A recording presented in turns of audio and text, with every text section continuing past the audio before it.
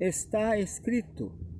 Eu sou o Elcio Macedo e você está no canal Saldo Extra da lição da Escola Sabatina. Bom dia, gente. Deus te abençoe mais uma vez. Só na aula de ontem eu esqueci uma palavra, vocês assistiram, né, no comentário? Era antropocentrismo, tá bom? Só lembro que eu disse que eu ia me lembrar depois. Gente, o autor da Bíblia teve um encontro com o maior inimigo, Lúcifer, e as condições desse encontro não eram nada favoráveis, as piores possíveis. Jesus estava ali no seu 40º dia de jejum, prestes a desmaiar e morrer. Ele era um ser humano, não um ser humano divino que nunca morre. A mente de Jesus estava tão fraca que mal conseguia raciocinar, né? A mente dele estava num estado de jejum dessa natureza. Geralmente nem funciona mais, mas Jesus, sendo muito saudável, ainda possuía algum raciocínio. E certamente Jesus nem caminhava mais por suas forças. Naquele momento elas já haviam se esvaído. Se vocês quiserem ampliar esse conhecimento, leiam um livro No Deserto da Tentação. Procurem lá no Google, tem PDF, você vai ter uma visão mais ampla desse momento de Cristo e no grande conflito ali com Satanás. Desde o primeiro dia, Satanás estava lá com suas tentações, as 3 relatadas em Mateus 4, que são as últimas, né? Aconteceu quando Lúcifer foi mandado embora. Jesus não poderia ficar mais alguns minutos com o inimigo, pois morreria na sua frente. Era algo que o inimigo queria. De início, o inimigo se apresentou como um anjo de Deus enviado para dissuadir. Né? Dissuadir o quê? Jesus do jejum, que ele não fizesse. Teria Deus mandado uma mensagem pelo anjo dizendo que não seria mais necessário se sacrificar, pois o Pai já sabia que ele iria até o final, ou seja, até o 40º dia. Todos os dias de Lúcifer, né, que Lúcifer estava lá tentando confundir Jesus em seu propósito, não dando descanso ao Filho de Deus, tinha essa proposta de fazê-lo recuar com respeito ao plano de salvação. No 40º dia, a situação da vida de Jesus estava no limite. Naquele dia ele iria morrer se nada fosse feito. Então Satanás veio com a solução, pois se nada fosse feito, não haveria salvador da humanidade.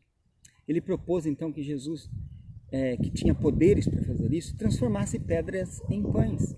Assim se alimentaria e se restauraria, evitando a morte. Era uma solução? Sim, era. Mas ao mesmo tempo, tendo Jesus se submetido em obediência a Lúcifer, ficaria sujeito a ele e, saindo vivo daquela situação, jamais poderia tornar-se o Salvador. Ele seria um escravo de Satanás, assim como se tornaram Adão e Eva e todos nós, a humanidade hoje. Portanto, de modo definitivo, essa solução não resolvia por completo a necessidade de Jesus ganhar forças físicas. Jesus precisava continuar seu jejum até que o Pai tomasse alguma providência. Precisava confiar no Pai. Isso é uma lição para nós, né? Em tempos de crise, confiar em Deus. Na segunda tentação, Jesus foi levado ao pináculo do templo para que se atirasse para baixo, pois Satanás disse que estava escrito que Deus protegeria seus filhos. Mas mesmo no limite da consciência, Jesus percebeu que essa era outra cilada que, se ele obedecesse, tanto morreria lá embaixo, como se tornaria também escravo de Satanás da mesma forma. Aliás, Jesus sabia que desde o primeiro dia, quem era aquele anjo que não era um enviado de Deus.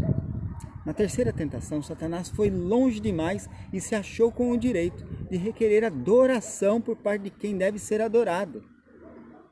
Sobre um alto monte, né, Satanás propôs devolver todos os reinos e tudo que houvesse aqui para Jesus, se ele tão somente se prostrasse e o adorasse. Olha que pedido ousado. Parece uma proposta ingênua por ser feita a Jesus, o próprio Criador do Universo. Mas sempre devemos ter em mente que nesse momento Jesus estava prestes a desmaiar de fome e fraqueza. Ele estava agora em seu limite da vida, ou seja, era necessário interromper o assédio de Satanás, pois fisicamente não poderia continuar mais se não houvesse interrupção. Jesus morreria ali mesmo, sobre aquela morte fatídica de fome, e não poderia cumprir então as profecias de morrer por nós na cruz. Em todas as tentações, nessas 3 últimas, Jesus respondeu com o que ele mesmo havia mandado escrever, ou seja, ele disse: está escrito, ou em outras palavras, eu mandei escrever, portanto me obedeça. E quando na segunda tentação Lúcifer citou uma passagem bíblica, Jesus respondeu com outra, dizendo: também está escrito. Ou seja, a Bíblia não se contradiz, pois o autor é um só. Se formos prudentes, jamais poderá desenvolver uma interpretação bíblica diferente do que o autor desejava ao fazer sua revelação. Na terceira tentação, estando tudo no limite, tendo que interromper o assédio, Jesus disse a Lúcifer que fosse embora. É isso mesmo. Ele valeu-se de sua autoridade e ainda pelo poder de Deus despachou o inimigo. Em Mateus 4,11 diz que os anjos vieram imediatamente para servi-lo. Ou seja, outra coisa que foi interrompida era o jejum. Os anjos certamente trouxeram alimento e água para fortalecê-lo e foi garantida a continuidade do plano da salvação. Dali ele iria para ser batizado e iniciaria seu ministério.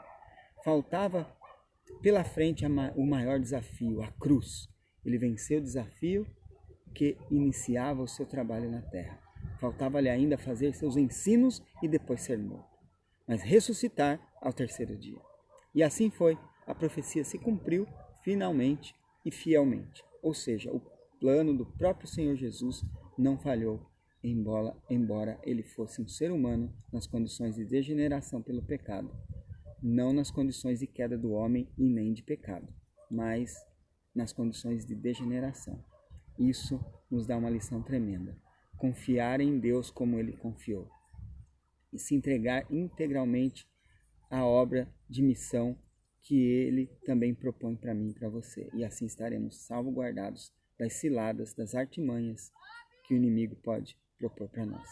Confiemos, porque está escrito. Deus te abençoe.